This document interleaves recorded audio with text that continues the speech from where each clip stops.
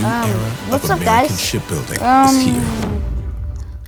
So I just literally recorded a video, and Quiet. and Turn your sound I from looked at it. 100% to 600% with volume max. I Just literally hit looked add. at it, and it was literally entirely. Okay, I got duct tape.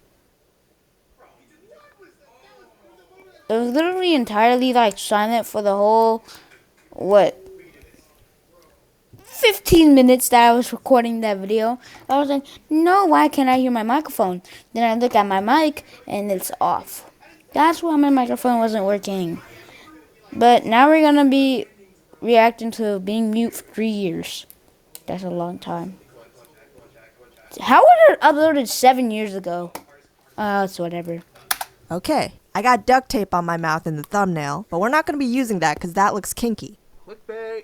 Instead, middle school me is going to be wearing a bandana to represent limited speech. Now imagine seeing this out of context. You'd think I was either 1, wearing a diaper on my face, 2, trying to rob a bank, What? or 3, join your friendly neighborhood gang, trip. Anyways, towards the end of high school, you know how most college application essays require you to answer the question, what was the most significant change in your life? Or, what was your biggest obstacle and how did you overcome it? And here's the answer in short. Puberty. Well, if you want to be a smartass and get rejected from all the colleges you applied to, there's your answer. But from what I remember, everybody I know, including their moms, wrote down the same exact thing.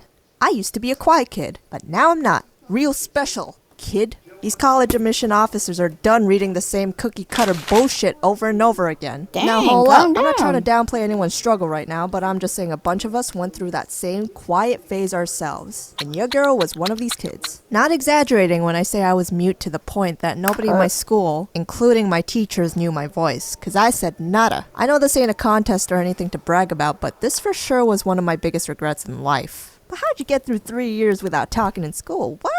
Right? Crazy. You tell me I was gonna do YouTube back then and I would have thought, What? first of all, I don't trust anyone with vampire-looking hands. And second, that's some bullshit right there. Like really, even starving artists would have been more believable. Years later, here we are. So as soon as middle school started, I don't know what in fuck's name came over my brain to come up with a thought as rational as, hey!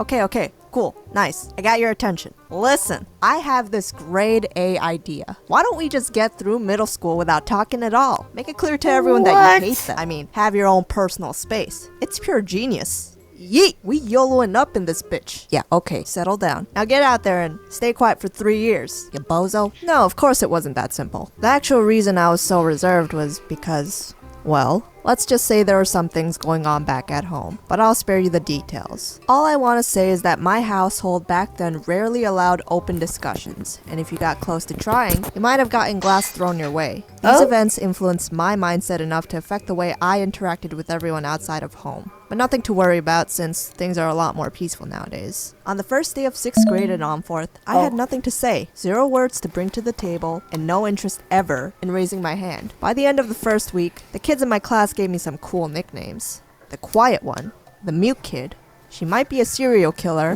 never smiles, and who?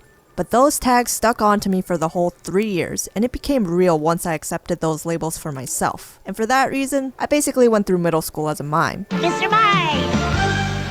Middle school and high school are the most memorable years of your life, Nope. they said. Middle school is gonna be so much fun, They said. High school are the golden years of your life. They Shut up. said- Clearly whoever they is a person of betrayal and lies. Of course, without talking, there isn't really an opening for you to make any friends in the first place. There's also never really anything to look forward to in school, besides doodling in class for 6 hours a day. So what the hell were you graded for then? Presentations? Nah. Participation? What was that? Taking turns for reading? Hell no. But if you had any tasks that didn't require talking, I was your go-to person. Like, don't be coming to me if you needed any Like verbal math? answers.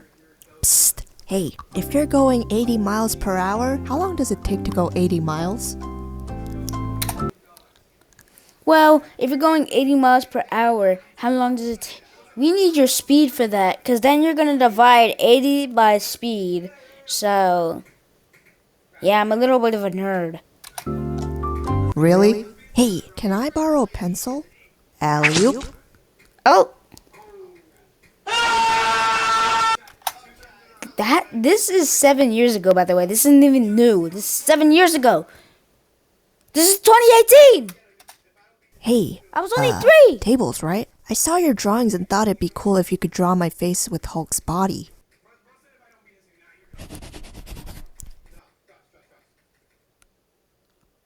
Now, something in common you and me have, we both use web browsers every day. So why are you stuck using the lame? Hey, that doesn't look like me at all. 50 bucks. Ah! Dang it, I could have swore I would have gotten a reaction out of that. Fucking carrot top looking bitch. There was one teacher I had in particular. We'll call her Mrs. Realist, because she was the realest out there. Like, you could tell she actually put in her best efforts to help students individually, but with tough, brolic, macho love. Thing is, in her class, you had to do a lot of presentations, and that just did not sit well with me and a whole lot of other students. I remember her vividly saying on the first day of school, "Okay, hi class, my name is Mrs. Realist, and let me make this clear right now. You won't survive this class if you're one of the quiet ones because 50% of your grade will count on participation. And if you think you can get by the whole year without talking, you're dead wrong. I will personally make sure that you shall not pass!"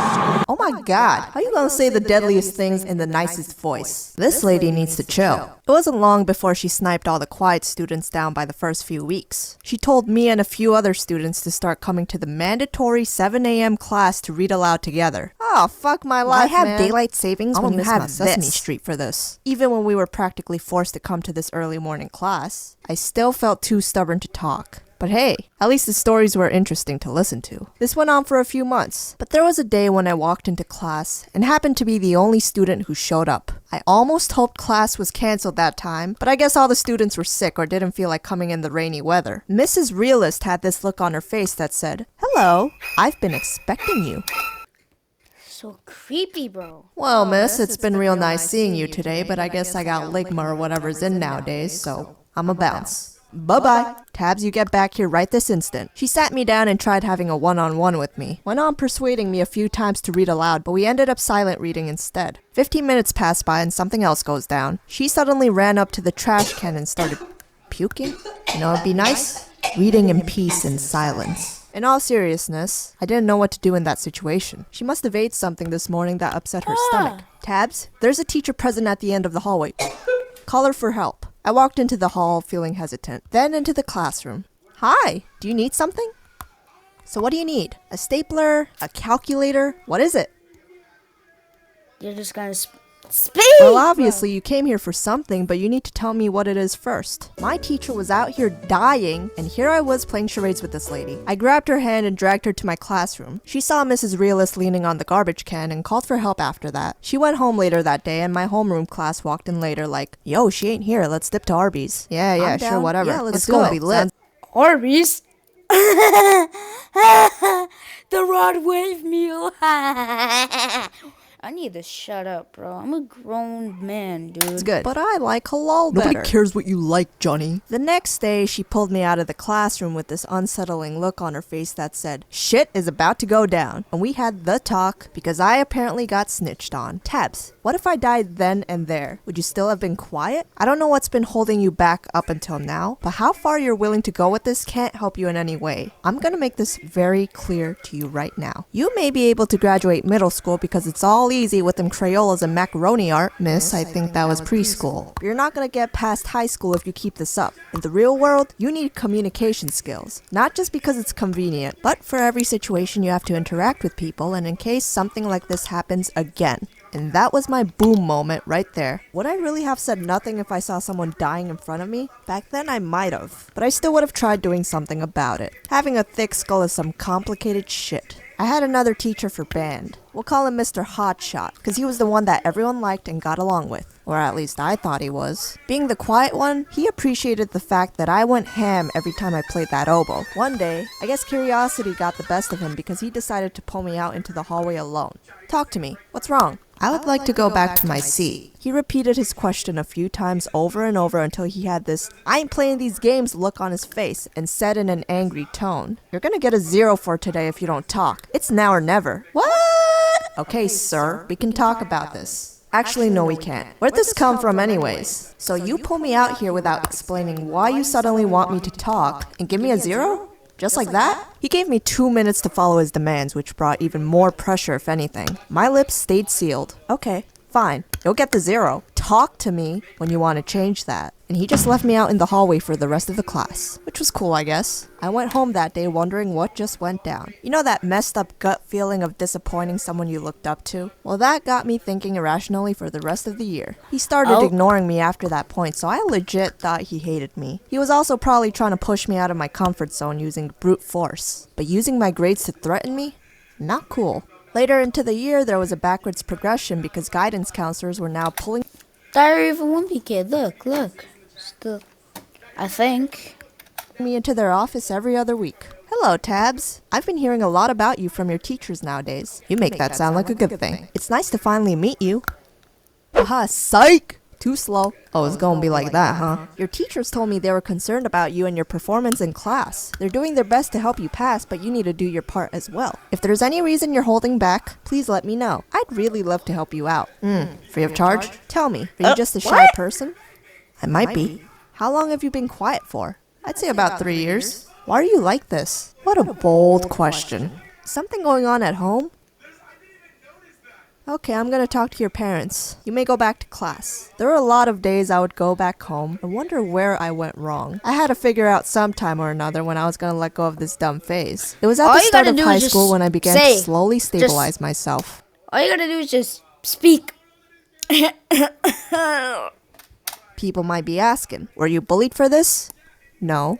Surprisingly, you'd think I would be for being that one shady, weird kid in the back of the class, but my classmates were chill. They picked me first for gym teams for other reasons, asked for help with music reading and corrections, came to me with art requests, and they figured, oh, she aight. Furthermore, the kids in my grade voted for me as the most athletic in the yearbook for whatever reason, which was strange but also something to appreciate, since I always thought these things were supposed to be popularity contests. What? And a final cliche statement, people change. A lot. And in contrast, I know others that hardly did. And it all comes down to how much you want to change. If you want to stay in this little bubble of yours wondering why you're such a freaky deaky, then voila, nothing's gonna happen. If you happen to be one of these kids stuck in the same spot I was in, let me give you some real advice right now. Pretend everybody's naked and you'll be fine. What? Wrong situation. You're not defined by any labels until you accept it yourself. Whatever people choose to name you as, don't take it as your own unless you agree with it. Nobody's gonna know you better than your own self, except some delusional people. Always gonna be some out there. I am Yif. Oh. Well, that was a cool video. Well, if you guys enjoyed that, make sure to subscribe to Tabs, because I'm the one reacting to the video. I'm not making it. So, thank you for watching. Goodbye.